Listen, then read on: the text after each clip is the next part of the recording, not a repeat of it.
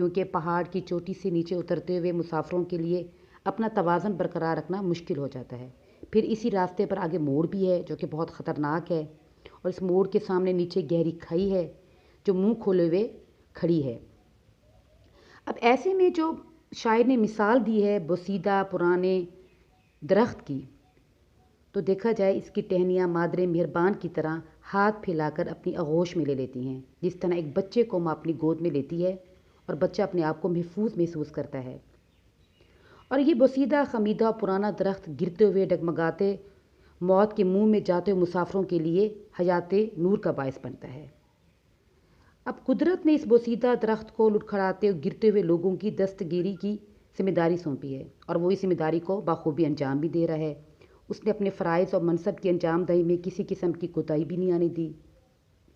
اس کی بوسیدگی اور خمیدہ سردی کے باوجود قدرت کی عظمت اور رفت کی شان عطا ہوئی ہے، جو عام مخلوق کے ہوتے ہوئے بھی اشرف مخلوقات سے بڑھ کر اپنا منصب جب وہ نبھا رہا ہے۔ اب اور اس امانت میں وہ ذرا بھی خیانت نہیں کرتا۔ اب اس تمام مثال کو اگر غور سے دیکھیں تو اس میں انسان کے لیے ایک پیغام ہے۔ شاعر نے اسے نورانی فرشتہ جو پاکیزہ پر نور اور خیر خواہ ہوتا ہے قرار دیا ہے۔ اس درخت کو دیکھا جائے تو انسان کا درجہ تمام مخلوق سے افضل ہے، اتنا افضل کہ اللہ تعالیٰ نے فرشتوں کو بھی حکم دیا کہ اس کو سجدہ کریں، لیکن انسان اپنا منصب بھلا بیٹھا ہے۔ شاعر تنبیہ بھی کر رہا ہے، ترغیب بھی دے رہا ہے۔ اب وہ کہہ رہا ہے کہ یہ درخت اگر ہے تو یہ اپنی حیثیت سے بڑھ کر بنی نوع انسان کی خیر خواہی کر رہا ہے، جبکہ اس کے مقابلے میں معاشرے کے جو متکبر اور اکڑی ہوئی گردن والے لوگ ہیں، دیکھا جائے تو انہیں اس جھکی ہوئی ٹہنی کا منصب بھی حاصل نہیں۔ شاعر یہاں پر دکھ اور افسوس کا اظہار بھی کر رہا ہے کہ متکبر لوگ جنہیں قدرت نے اپنی بے پناہ نعمتوں سے سرفراز کیا ہے، لاکھوں دکھوں اور غموں کے ستائے ہوئے لوگوں کے کام آ سکتا ہے، لیکن ایسا نہیں کرتا وہ۔ شاعر نے جھکی ہوئی ٹہنی اور اکڑی ہوئی گردنوں والے لوگوں کا موازنہ کیا ہے۔ ایک طرف یہ ٹہنیاں ہیں جو کہ موڑ پر سینکڑوں لڑکھڑاتے ہوئے اور ڈگمگاتے ہوئے لوگوں کو سہارا دیتی ہے۔ اسی طرح انسانوں کی زندگی میں بھی کئی ایسے خطرناک موڑ آ جاتے ہیں جب انہیں دوسروں کی سہارے کی اشد ضرورت ہوتی ہے، اور معاشرے میں ایسے لوگ بھی ہیں جنہیں قدرت نے مدد کرنے کی اہلیت عطا کر رکھی ہے، جن کے پاس بے پناہ وسائل ہیں، دولت ہے، اقتدار ہے، لیکن افسوس کہ یہ متکبر لوگ اپنی دولت اور اقتدار کے نشے میں اس قدر آگے بڑھ چکے ہیں کہ دوسرے لوگوں کا سہارا نہیں بنتے۔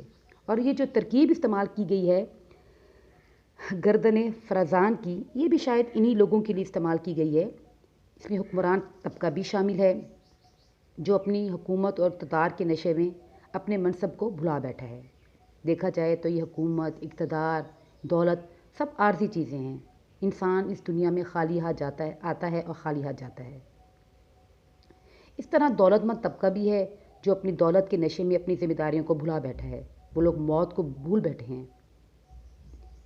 چنانچہ یہ لوگ عیش پرستیوں میں فرق اور دوسروں کی مدد اور دستگیری کرنے کے بجائے اپنے رویوں سے دوسروں کے لیے اذیت پہنچانے کا باعث بنتے ہیں، جبکہ بنی نوع انسان کو آزار اور تکلیف پہنچانے والے یہ رویے انسان کو کس طرح زیب نہیں دیتے۔ شاعر نے ایسے لوگوں کے رویوں پر بھی افسوس کا اظہار کیا ہے۔ اس کی یہ خواہش ہے کہ یہ لوگ غرور اور تکبر کو چھوڑ کر اس درخت کی مانند ہو جائیں اور دکھی انسانیت کی دستگیری کریں، کیونکہ سب سے افضل عبادت یہی ہے۔ دیکھا جائے تو ہمارے مذہب میں ہماری انبیاء کرام کی تعلیمات اور ہماری الہامی کتابیں جو ہیں وہ بھی ہمیں اسی اخلاق کا درس دیتی ہوئی نظر آتی ہیں۔ اخلاق کو عبادت پر ترجیح دی گئی ہے۔ اگر ہم جو ہے اسلامی تاریخ پر نظر دوڑائیں تو بے شمار واقعات ایسے ملتے ہیں جس میں ایک چھوٹی سی نیکی یا آپ کا چھوٹا سا اخلاق آپ کو جنت کی طرف لے جاتا ہے، اور بعض اوقات ساری رات کی عبادت بھی جہنم کا باعث بن جاتی ہے۔ سب سے بڑا مذہب بھی اخلاق ہے۔ اگر ہم دوسروں کا سہارا بنتے ہیں تو اس میں ہماری بھلائی ہے۔ ہمیں تو اللہ تعالیٰ کا شکر ادا کرنا چاہیے کہ اس نے ہمیں اس قابل بنایا کہ ہم دوسروں کی مدد کرنے والے جو بن گئے۔ انسان کو اگر انسان سے پیار نہیں، انسان کہلانے کا حقدار نہیں۔ تو اس پوری نظم میں مجید امجد نے بہت خوبصورت انداز میں فطرت نگاری کے ایک منظر کو پیش کرتے ہوئے انسان کو ایک خوبصورت پیغام دیا ہے اور انسان کو یہ سمجھانے کی کوشش کی ہے کہ انسان کا اس دنیا میں آنے کا مقصد کیا ہے۔ انسان کو ایسے ہی اشرف مخلوقات نہیں بنا لیا گیا، کیونکہ فرشتے اللہ تعالیٰ کی عبادت کر رہے تھے اور بہت بہترین طریقے سے کر رہے تھے۔ اللہ تعالیٰ چاہتے تو اس مخلوق کو نہ بناتے، لیکن انسان کا اس دنیا میں آنا ایک بہت عظیم واقعہ ہے۔ لیکن افسوس کہ انسان اس کو سمجھتا نہیں، وہ اپنی مہ میں رہتا ہے اور اسی مہ کو لے کر اس دنیا سے چلا جاتا ہے۔ تو مجید امجد جو ہے ان تمام رویوں کو سمجھتے تھے، اس لیے ایک خوبصورت درخت کی مثال دے کر وہ انسان کو سمجھانے کی کوشش کر رہے ہیں کہ انسان کو اپنا مقام و مرتبہ، اپنی اصل نہیں بھولنی چاہیے، اور اس بات کو ذہن نشین کر لینا چاہیے کہ اللہ تعالیٰ نے انسان کو اس دنیا میں دوسروں کی مدد اور دوسروں کے حقوق جو ہے وہ پورا کرنے کے لیے بھیجا ہے، اور یہی انسانیت کی معراج ہے۔ خدمت انسانیت انسان کی اصل ہے، اور انسان کو غرور کرنے کے بجائے اس درخت کی طرح عاجزی اور انکساری سے کام لینا چاہیے۔ جس طرح ایک درخت جو ہے وہ اپنے سائے سے، اپنی لکڑی سے، غرض ہر طرح سے دوسروں کو فائدہ دیتا ہے، اس طرح ایک انسان کو بھی اپنی اخلاق کی وجہ سے، اپنے کردار کی وجہ سے دوسروں کا سہارا بننا چاہیے اور بنی نوع انسان کی اذیت کا باعث نہیں بننا چاہیے۔ شکریہ، اللہ حافظ۔